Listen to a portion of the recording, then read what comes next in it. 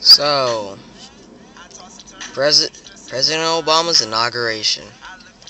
I'm just gonna share a little bit about what I think. I have nothing personally against Obama. I don't think that Obama is the main threat to what is going on in the United States. That's one thing that I can disagree with many Republicans on who tend to attack Obama personally.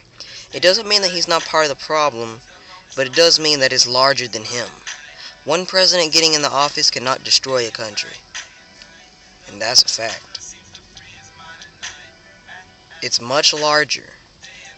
And it's not just the Congress either. Democrats tend to say, dang it, Congress always shut them down. It's not just that either. Because Congress can be bought out, and Congress are just like any other person.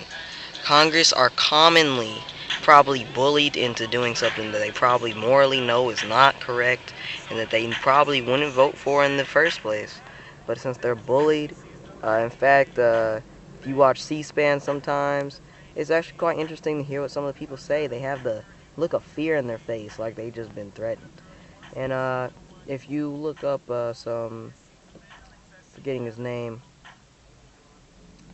what's the name? Not Jordan Maxwell.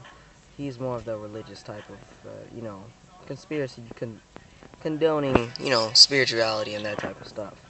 Cults and leadership and cults and that type of stuff. But, Alex Jones. I usually don't take what he says seriously.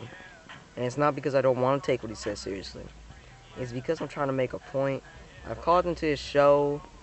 They don't answer.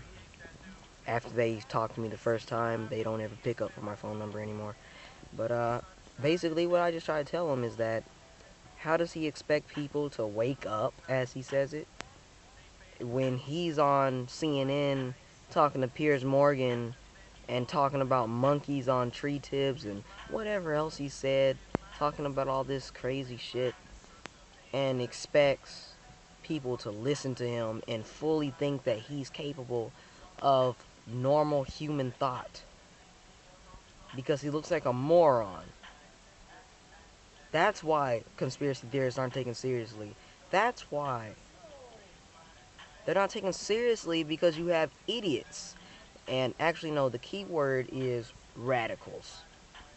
If you ever want to make something more appealing to the public, the last thing you want is a radical.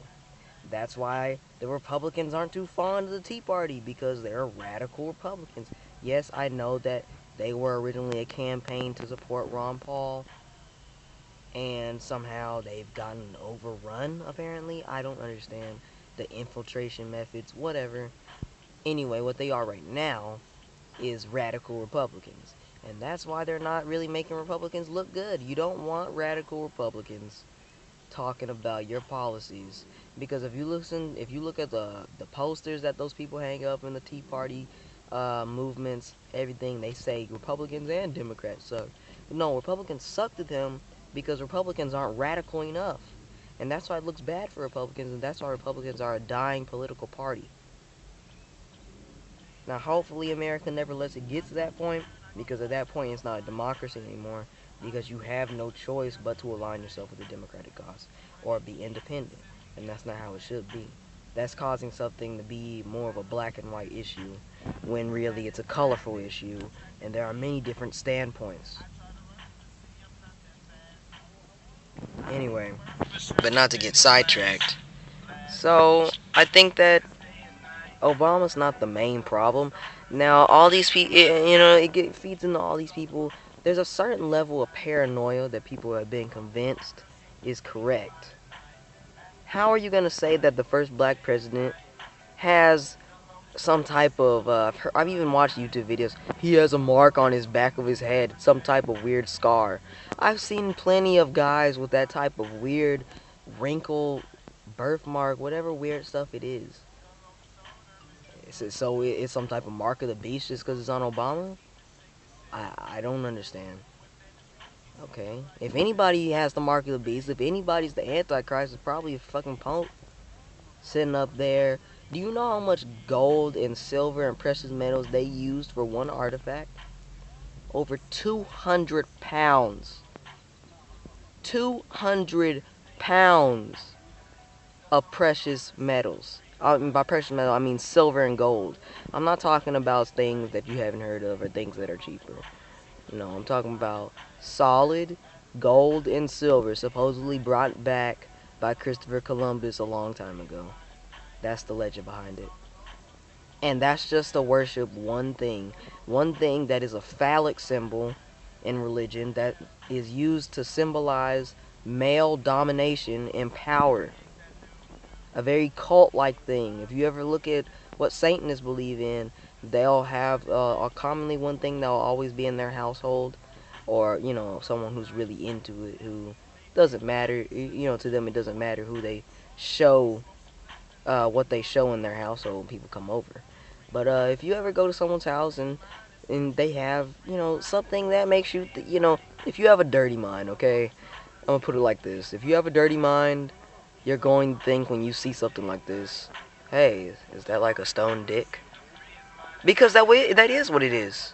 The columns in Greece of all those buildings, that type of entire building structure, is male power. It's a symbolism.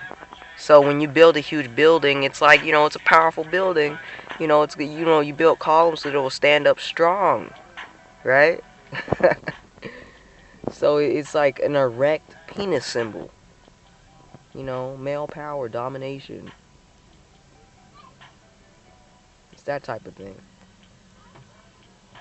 And not to get all into symbology, but anyway, like I was saying, I think that it's not just Obama's fault that that type of stuff is going on about him. I'm not gonna go as far as to it's racism in some cases, and then some cases I just see that it's paranoia, not necessarily racism. And I'm gonna turn the camera for a second. I'm not trying to videotape any individuals that are not giving me their consent to videotape. But so I don't think that Obama is any worse than any other guy that's ever been president. I mean, morally. I don't think he's the Omen. I don't think he's the Antichrist. I mean, there are other presidents who have done a lot worse things than Obama has. But yet, individuals like Alex Jones tend to not really understand that. You can attack Obama all you want. Even if you shoot the president, as some ex-military people were planning to do, assassinate the president, you have to realize that's not the main problem. If anything, that's going to give somebody another reason to get rid of guns. You want to protect your Second Amendment right? Don't try to target the president. You want to make soldiers look even worse? Target the president after you get back from the Middle East or whatever. I'm not saying try to I encourage that if you come back from the war and you think that what your colleagues did and what your superiors did was unethical and morally wrong, then sure, come back, talk about it. Don't try to start some type of crazy rebellion where you try to assassinate the president, who honestly, yes, he has the authority to change some things up there. I realize that. But at the same time, you have to realize if it wasn't going to be you over there, then it was going to be Britain over there. It was going to be some country in NATO. There's always going to be tyranny somewhere. You can't shoot a president and expect the tyranny to stop. Especially not when you have somebody like Joe Biden as president. You don't want that, okay? He stated his opinion. He's not worried about going to war with Iran. Well, that's it. That's all I'm going to say.